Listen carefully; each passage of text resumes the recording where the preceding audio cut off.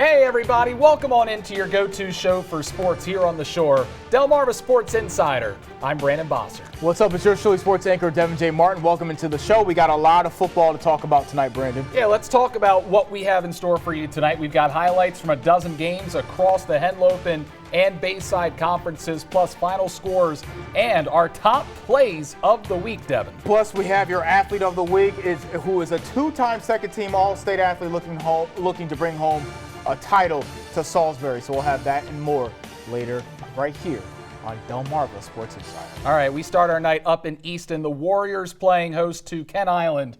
And Devin, this more than lived up to the hype. Oh, it sure did. I mean, for the past few years, we've talked about the Bucks. I mean, they made it to the state championship game in the 2A seasons ago. They've been extremely steady and extremely successful. Yeah, they've had multiple deep playoff runs. I mean, besides Decatur, you could say Kent Island was the second best team in the entire Bayside. But could Easton show that they belong in the same class is the question. They definitely did today. I mean, in the 2A, there was only 3 undefeated teams coming into today's action. Decatur, who had already won earlier this week, and then these 2 squads. Now, the storm clouds made it very humid on the field, fogging up our cameras, but not deterring the home crowd from showing face. Now, early in the second quarter, Warriors up 3. Mike O'Connor, Kevin O'Connor's little brother, Kevin O'Connor playing college football. He's the quarterback keeper right here, getting the touchdown. He did a lot of damage on the ground tonight. Easton goes up 11. But the next time they have the ball, O'Connor sees a man open. He gets picked off by Anthony Bennett, so the Bucks are still alive, Brandon. Anthony Bennett from the Cavs? Yeah, no, Anthony Bennett from the first overall from Kent Island.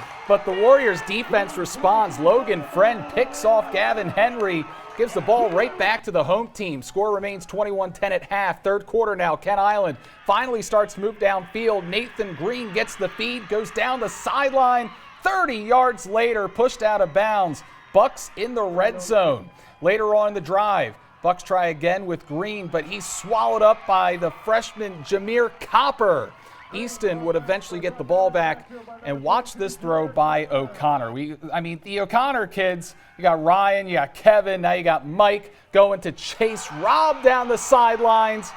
My goodness, what a throw. Tells the visiting Bucks crowd to quiet down. Be quiet, yep. Easton goes on to win big, 43-24. Wow. Yeah, it was a very surprising game. I didn't think Easton had that much firepower that they showed tonight, especially against a very sound Kent Island defense. But they played their hearts out today in front of their home crowd. Now to a 1A duel. The winner of this game has taken the division the last few years. Cambridge South Dorchester dominating under the driving rain. Yeah, we saw it in Salisbury. It was raining up there in Cambridge. 23-0 Vikings at halftime. Defenses dominating in the second half. Colonel had a hard time getting any offense going against that Viking defense. Penalties was a big theme of the second half. Things got a little heated along the Colonel sideline between the 2 squads at one point. With this win, Vikings now 4-0 on the season. They're potentially, they could easily go 8-0 before wrapping up the regular season with Easton.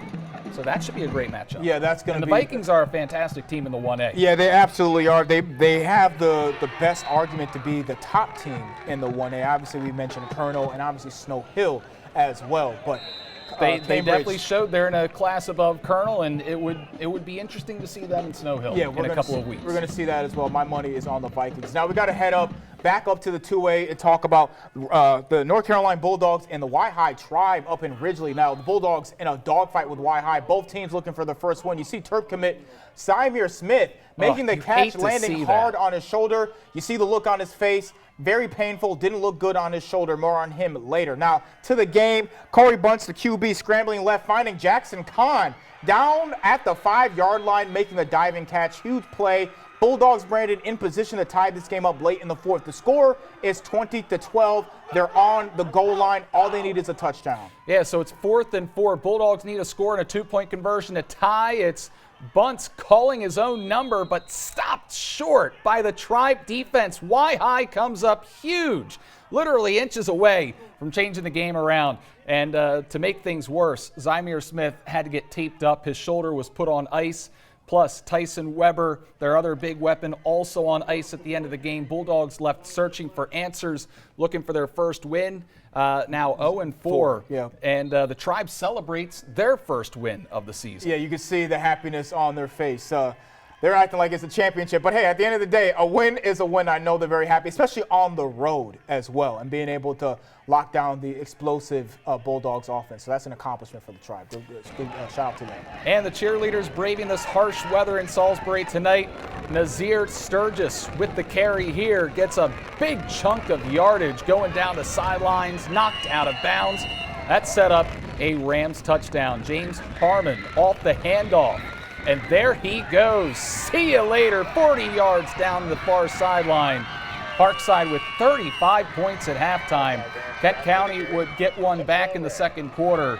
Dwan Harris Jr., the quarterback for the Trojans, under pressure. Rams bring the house, flips it up. Xavion Brown is there for the score. Rams dominate today, 57-6, and Parkside now moves to 2-2. Yeah, that's a really good win. What a bunch of offense for them. They are really good on the offensive side of the ball. They got to be able to bring that consistency as well when they start to face tougher competition. Now, we got to go to a big game from yesterday in Eagle Nation. Snow Hill, I just talked about them earlier, taking on the Seahawks, led by head coach Jake Coleman. Now, yeah, Decatur, Brandon, I won't spend too much time on this. They were up 42-0. They'd end up winning huge. They had a running clock the entire second half. They were up 42-0 at halftime, winning 56-0. Decatur still looking like a class of their own, like they're in a class of their own in the entire Bayside. No one's been able to challenge them so far.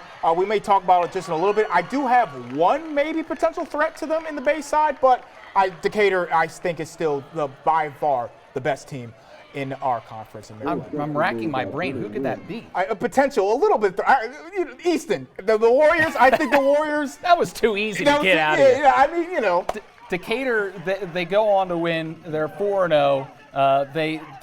They were winning against Bennett 42-0 at halftime last week, 42-0 this week. I'd like to see Decatur in a close game. Yeah. I want to see this team challenged. They are just so talented. And make sure to stay up with us while we're at these games in real time. Follow WMDT Sports on Facebook and X right now. So we've got a couple other scores from across the Bayside Conference. Queen Anne's squeaks out a win against Bennett 20-15. And Washington comes up short against Isle of Wight Academy from Virginia 26-14. So a couple of good things from the Bayside Conference tonight. Y-High with a nice win up there in North Carolina, goes on the road, gets a good victory there. And I'm really impressed with Easton. Yeah, that's who I wanted to talk about, getting a huge win over Kent Island. Obviously, Kent Island, one of the better teams over the past few years. They showed a lot of offense. Now, it was slow for the midway second and third quarter, but then once the fourth quarter hit, they scored like 2 or 3 more touchdowns. And, yeah, they're really explosive, and I think they could be the team to at least put Decatur, make the Decatur go from easy mode to normal mode. You know, just make it switching gears just a little bit. It's great to see them challenge. They have to get challenged, because especially if Decatur wants to go back to back, they can't just sleepwalk their way through games, because eventually they're going to face teams that are just as talented as them. And I think Easton has the chance to at least push them much harder than any team so far has been able to push them in the Bayside. All right, that'll do it for the A block. We're calling our first time out, but when we return, Sussex Tech and Odessa going to overtime tonight. That and more when Delmarva Sports Insider returns. Hi, I'm state champion Lindsay D'Ambrogi with Cape and Loven Girls Lacrosse, and you're watching Delmarva Sports Insider.